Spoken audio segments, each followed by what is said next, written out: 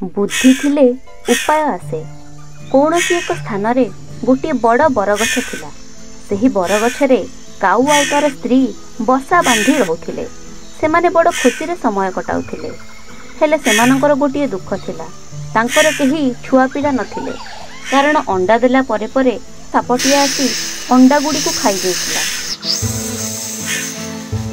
स्वामी स्त्री दुहें सापर किछि करि पारु नथिले, तेणु से दुहें सबु बेले मन दुखरे रहुथिले। सेमानंक परम बंधु बिलुआ पाख जंगल रे रहुथिला।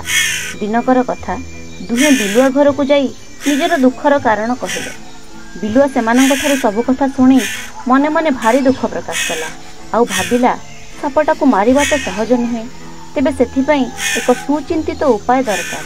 कारण से साप को आखपाखरे समस्ते डरुथिले। पाखकू जीवा तो दूरर कथा, बहु दूरर थाई मध्य ता सहित कथा हेबाकू केही साहस करू नथिले। हेले बंधुर दुख समय साहाय्य न कले तो बंधुपण रे गणा हेब नाही। बिलुआ ता सांग काऊ को कहिला, मैत्र तुमको गोटे उपाय कहिबी, तुमे करि परिबो? काऊ बड़ उत्साहित होई कहिला, कौन कहून? बिलुआ कहिला, तुमे दुहे एइठारु पाखरे थिबा जे कोनोसी गोटे राज्य को उड़ी जाओ। सेठारे थिबा राणींकर सुना हारटी को नहीं चली आस। हारटी को आनी साप रोहुथिबा कोरडरे पकाई दियो, तापरे सबु ठीक होई जिवो। पाखरे थिबा से गोटे राज्य राणी तांको सांगमानंक सहित गाधोउथिले। गाधोइबा बेले निजर हारटी को पहाज उपरे रखि देइथिले। काऊ आउ विलंब न करी से हारटी को धरी सीधा निज बसा आड़ को उड़ी आसिला।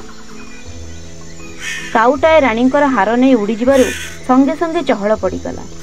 तेणु किछि राजकर्मचारी काऊ पाखरे पहुंचला बेलकू काऊ से हारटी को कला साप रहुथिबा कोरड भितरे पकाई देला।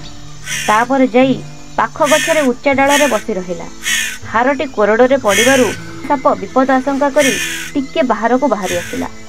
सेतिकी बेले राजकर्मचारी माने सेमानंकर हाथ हथियार रे सापटी को पिटी पिटी मारिदेले एवं ता कोरडरू राणीकर हारटी को नहीं निज राज्य को फेरीगले। सापटा मरी जिबा परे काऊ आउ ता स्त्री खुशी होई बिलुआ पाखको गले।